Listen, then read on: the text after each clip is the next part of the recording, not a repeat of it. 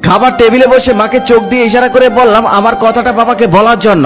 মা ভয়ে ভয়ে বাবাকে বলল, তোমার ছেলে নাকি বন্ধুদের সাথে কক্সবাজারে ঘুরতে যাবে, সেখানে কয়েকদিন থাকবে, ওর নাকি 10,000 টাকা লাগবে। বাবা আমার দিকে তাকিয়ে বলল, কবে যাবে? আমি বললাম 5 দিন পর। বাবা তখন বলল, আচ্ছা ঠিক আছে, আমি 3 দিনের জন্য একটা কাজে বাইরে যাব, এই 3 দিন তুই একটু দোকানে বস, আমি ফিরে এসে তোকে টাকা দেই। আমি খুশি হয়ে বললাম, আচ্ছা ঠিক আছে, কোনো সমস্যা নেই, এই 3 দিন আমি দোকানে বসবো, তুমি তোমার কাজ সেরে আসো। পরের দিন আমি সকালে দোকানে চলে গেলাম। আমাদের ছোট্ট একটি দোকান আছে, কাপড়ের দোকান, সেখানে 2 জন কর্মচারীও আছে। আগে অনেকবার দোকানে গিয়েছি, তবে কখনোই দোকানে বসা হয়নি। দোকানে আমার এই প্রথম বসা। দোকানে আমার কাজ হলো কোন মাল কত টাকা দিয়ে কেনা আর কত টাকা বিক্রি করা সেটা লিখে রাখা, আর কাস্টমার আসলে কাপড় দেখানো। তারপর সেই কর্মচারীরা আমাকে কাজকর্ম বুঝিয়ে দিচ্ছিল। ঠিক সেই সময় সকাল সকাল একজন কাস্টমার আসলো, সে এসে 20-25টা শার্ট দেখলো, তবে একটাও তার পছন্দ হলো না। অবশেষে সে চলে গেল। আমি বিরক্ত হয়ে কাপড়গুলো গোছাচ্ছিলাম, তখন একজন কর্মচারী এসে বলল, ভাইয়া বিরক্ত হলে চলবে না, সবসময় হাসি মুখে থাকতে হবে।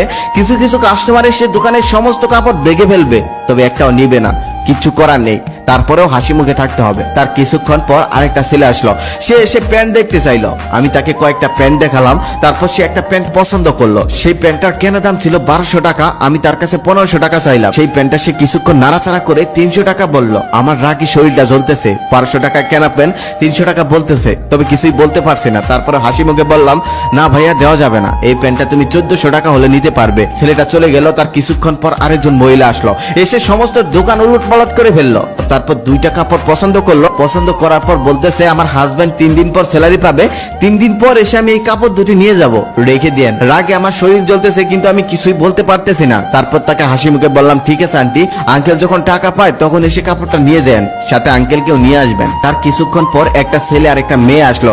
দেখেই মনে হচ্ছিল তারা গার্লফ্রেন্ড বয়ফ্রেন্ড। এসে অনেক ভাব দেখাচ্ছিল। এক কর্মচারীকে বলল, তোদের দোকানের সব থেকে ভালো কাপড় চোপড় গুলো আমাকে দেখা। তারপর সে অনেকগুলো কাপড় চোপড় দেখালো।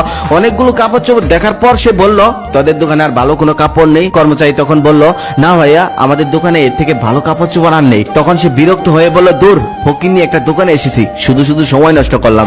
তখন আর সহ্য করতে পারলাম না, মুখ ফুটে বলেই ফেললাম, ভাইয়া আপনি তো বড় লোকের পোলা, তাহলে এখানে কেন এসেছেন?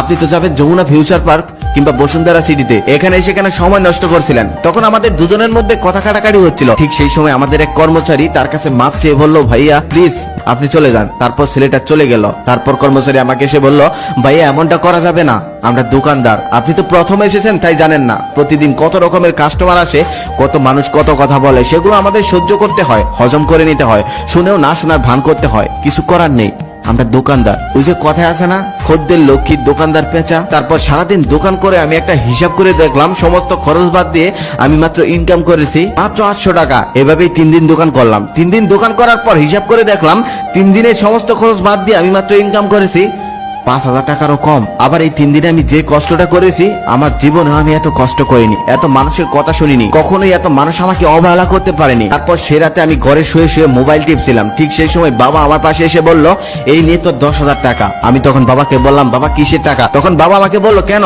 তুই না বন্ধুদের সাথে কক্সবাজারে ঘুরতে যাবি, সেখানে না টাকা লাগবে? তখন আমি বললাম, না বাবা, আমি ঘুরতে যাব না। যে আমি 3 দিনে 5000 টাকা ইনকাম করতে পারলাম না, সেই আমি কক্সবাজারে গিয়ে 2 দিনে 10,000 টাকা ভাঙার ক্ষমতা রাখি না। আমাদের মতো মধ্যবিত্ত ফ্যামিলিদের এসব মানায় না। তখন বাবা বলতেছে, তোর তো পণ্ডিতি করতে হবে না, বন্ধুরা যাচ্ছে তুইও যা, সমুদ্রের বিশালতা দেখলে নিজের মনটাও বিশাল হয়ে যায়। তখন আমি বাবাকে বললাম, বাবা বিশালতা দেখার জন্য সমুদ্রের পাড়ে যেতে হয় না, বাবার চোখের দিকে তাকালেই হয়। তারপর আমি কক্সবাজার যাওয়াটা ক্যান্সেল করে দিলাম। রাতে খাবার টেবিলে বসে বাবাকে বলছিলাম, বাবা দোকানে 2 জন কর্মচারী রাখার কোনো দরকার নেই, কাল থেকে আমি দোকানে বসবো, একজন হলেই হবে। তার একটু পর বাবা মাকে বলতেছে, আজকে তরকারিতে এত ঝাল দিয়েছো কেন? চোখে পানি এসে যাচ্ছে।